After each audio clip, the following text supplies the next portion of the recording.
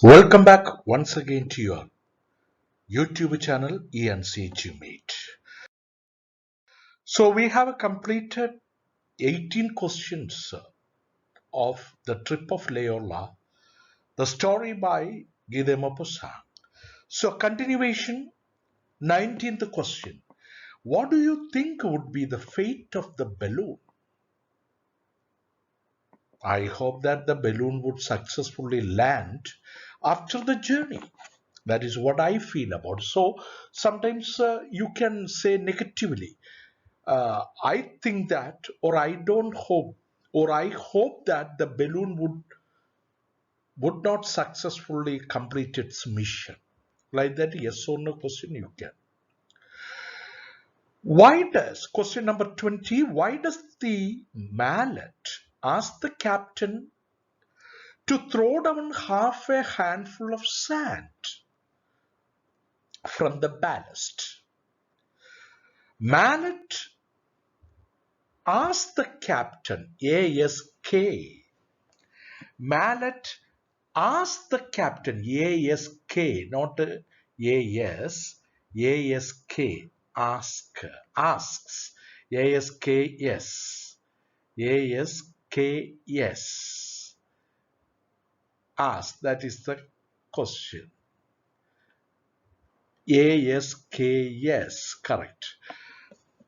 Mallet, ASKs, asked the captain to throw down half a handful of sand because by doing that, the weight of the balloon would be reduced, helping it to rise. Question number 21. The balloon is both a free toy and a slave of the wind. So after a free, two words, there is a gap after a. A free toy and a slave of the wind. Express your views. The balloon is a free toy because the travelers raise and sink the balloon by making use of the bag of ballast, means sand, stones, etc. other things with them. But they can do nothing if it is caught by a storm, and then the balloon becomes a slave of the wind, obeys what the wind says, and the travelers lose their control over it. Question number 22. Can you observe a odor? Odor? Why does the odor, Author, that is, odor means smell. Here,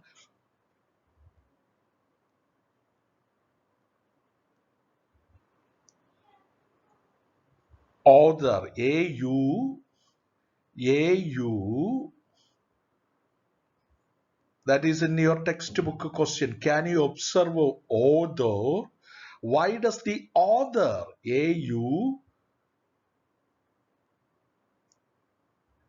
Author, Thor? So can you observe odor? Why does the author say so? Answer, normally we cannot observe odor. We can only smell it. Smell. Odor means some perfume, we can smell it. But the author, that is Gita Mopasanga, says that it could be observed because he could see the balloon expanding by the current of warm air and the gas going out by the escape valve. Question number 23. Comment on the expression losing its invisible blood by the escape valve. Actually, invisible blood. We know human bodies or blood keeps the body alive. There is a blood in red color that runs through all the human bodies, and they make this blood to make the human body alive. But in the case of balloon, but it is the gas that keeps the balloon alive. That is why flying in the balloon is alive and flying in there. Hence, gas is the invisible blood. Actually, balloons blood is a gas, and it is invisible. We cannot see gas. That is why it is called invisible, which cannot be seen by our naked eyes. So, invisible blood of the balloon, gas. Now we will pass on to question number 24.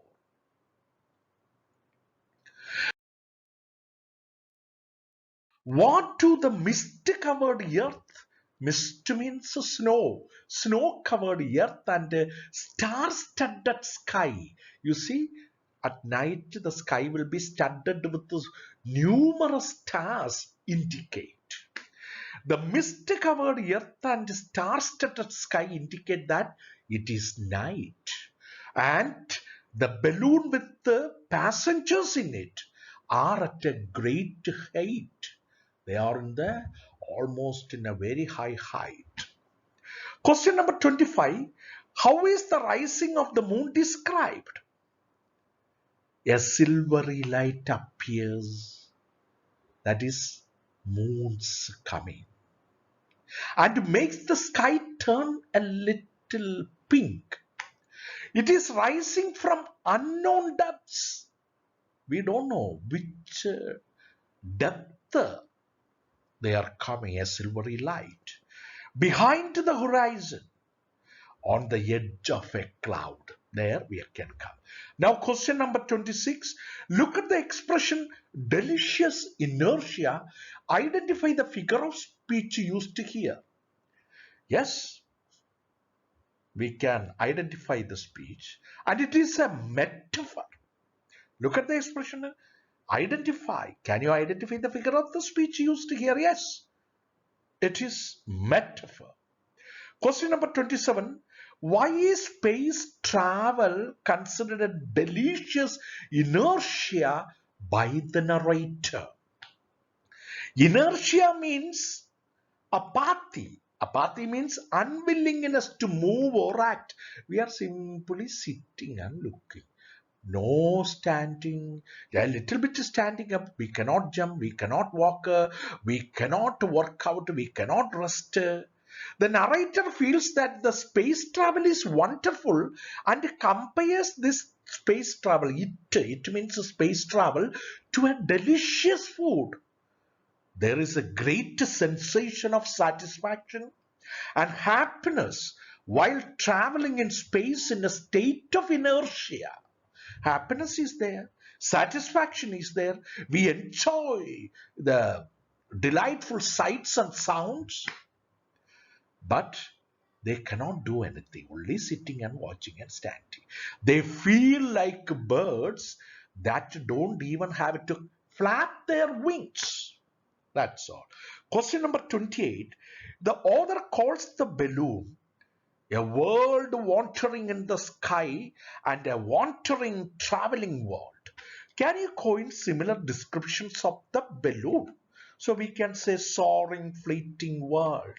Soaring means flying and just fleeting like birds here and there, and a fleeting world in the sky. The balloon with the basket with the human cargo is described as a fleeting world in the sky. Question number 29. When does the balloon stop? Why?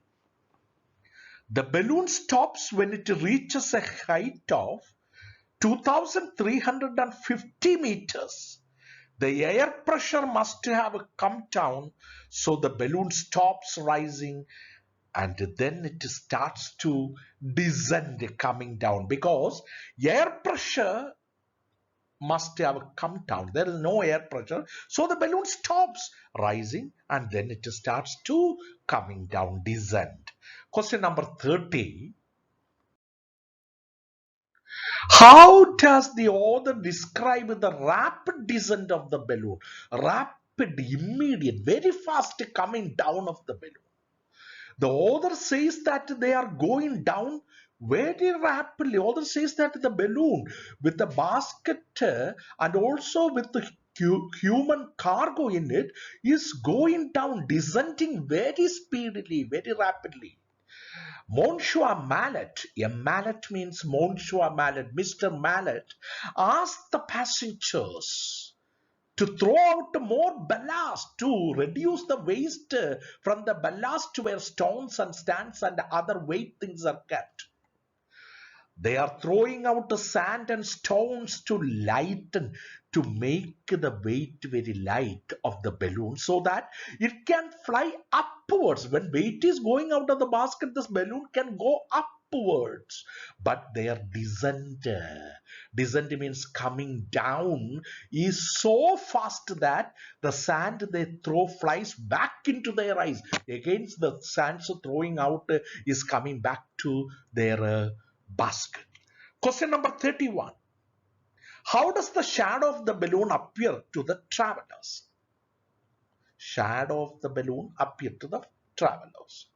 The travelers look down and see something running on the ground with great speed, immediately, very fast, jumping over ditches, roads and trees so easily, but they cannot guess what it is until finally the captain tells them that it is the shadow of the same balloon.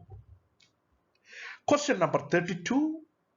How far does the polar star guide the travelers? The polar star, known as the North Star, guides the travelers to Belgium, which is making a border or boundary of France on the south. That is, question number 33. Do you think it is a scientific way to travel? The polar star has been used by travelers for centuries to help them know the direction as it remains constant, steady without moving in its position. That is the scientific way. So question number 34. Who is bewildered, surprised, wondered man? Why is he wondered and surprised, bewildered? Lieutenant Mallet. So the pronunciation of lieutenant is written, spelling lieutenant, pronunciation is Lieutenant Mallet, who was watching the course. Course means the journey of the balloon. Is the bewildered man, is the confused man, is the surprised and wondered man.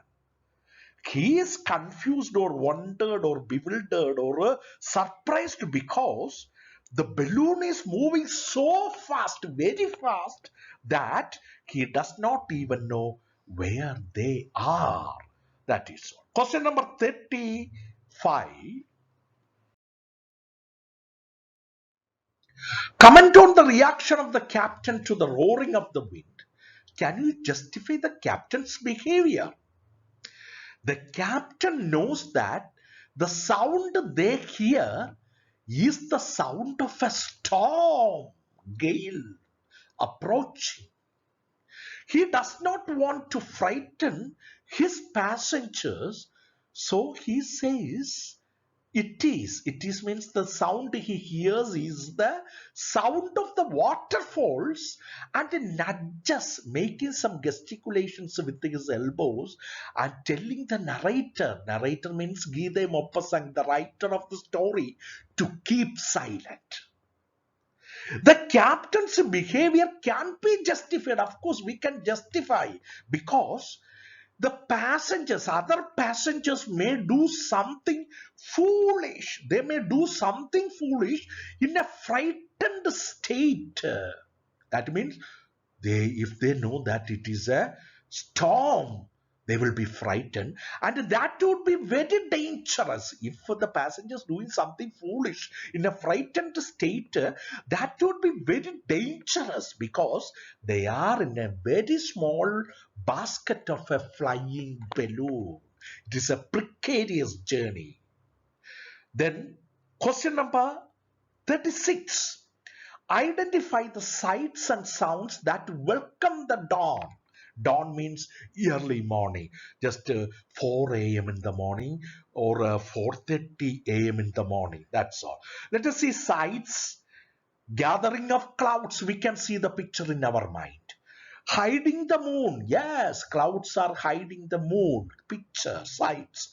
The sky growing lighter, clear blue, tinged with the red, which shows the early morning. The little details of the earth we can see. Then let us see what are the sounds welcoming the early morning. The sound of the trains, the brooks means small streams, the cows, the goats, growing of, then a crowing sound of the cocks, then voices cackle of ducks, quack, quack, quack, quackle sound of the ducks. So these are the sights and sound. Welcome the dawn. I think it is almost again 18 questions. Last time we finished 18 questions. Again 18 more questions. That means total 36 questions we completed. The other questions and think and respond things we will come again within the next class. Please systematically nurture or cultivate the habit of note making, and wish you all the best. Try to subscribe and share to your friends and be competent to score A+. Thank you very much.